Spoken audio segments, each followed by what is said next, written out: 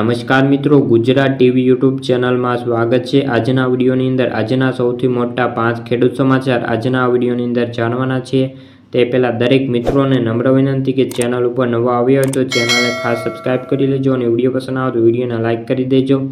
સૌપ્રથમ સમાચાર છે બજેટ 2025ની મોટી જાહેરાત, ત્યારબાદ આરોગ્ય વીમામાં રાહત, ત્યારબાદ ખેડૂતો માટે મોટો નિર્ણય, ત્યારબાદ ગામડાઓ માટે મોટી ખુશખબર, ત્યારબાદ ખેડૂતોને મોટી જાહેરાત કરવામાં આવી છે। આ સંપૂર્ણ સમાચાર આજના આ વિડીયોની અંદર જાણવાના છે। સૌપ્રથમ બજેટ 2025ની મોટી જાહેરાત।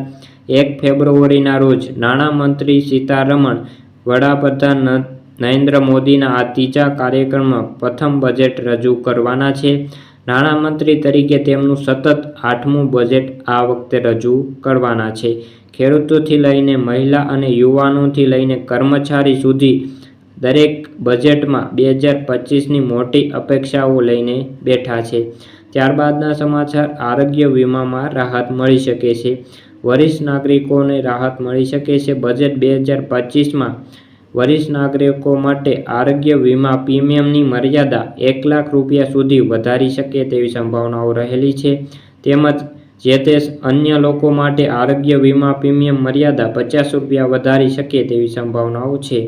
ત્યારબાદના ખેડૂતો માટે મોટો નિર્ણય, ગુજરાતના ખેડૂતો પોતાના ઉત્પાદિત પાકને પોષણક્ષમ ભાવ મળી રહે તે માટે શુભ આશયથી કૃષિ મંત્રી રાઘવજી પટેલના અધ્યક્ષસ્થાને મળેલી બેઠકમાં આગામી સમયમાં તુવેર પાકના ટેકાના ભાવે ખરીદી કરવાનો મહત્વપૂર્ણ નિર્ણય કરવામાં આવ્યો છે।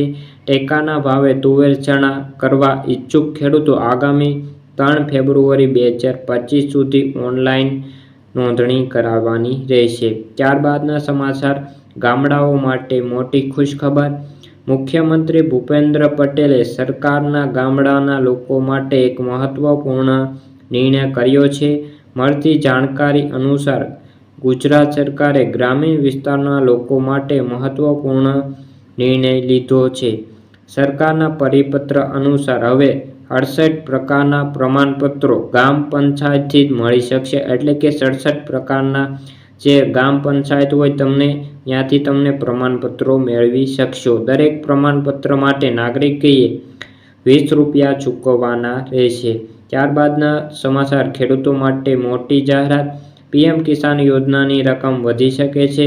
પીએમ કિસાન યોજના હેઠળ લાયક ખેડૂતોને વાર્ષિક 6000 એટલે કે 3 હપ્તા ટ્રાન્સફર કરવામાં આવતા હોય છે।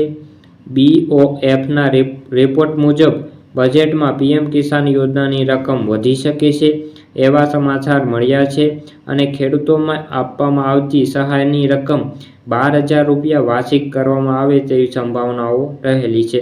તો મિત્રો, આ હતા આજના સૌથી મોટા 5 ખેડૂત સમાચાર। જો તમને વિડીયો ગમ્યો હોય તો વિડીયોને લાઇક અને સબસ્ક્રાઇબ કરી લેજો। ફરી મળીશું આવા બીજા વિડીયો સાથે। ત્યાં સુધી જય જવાન, જય કિસાન।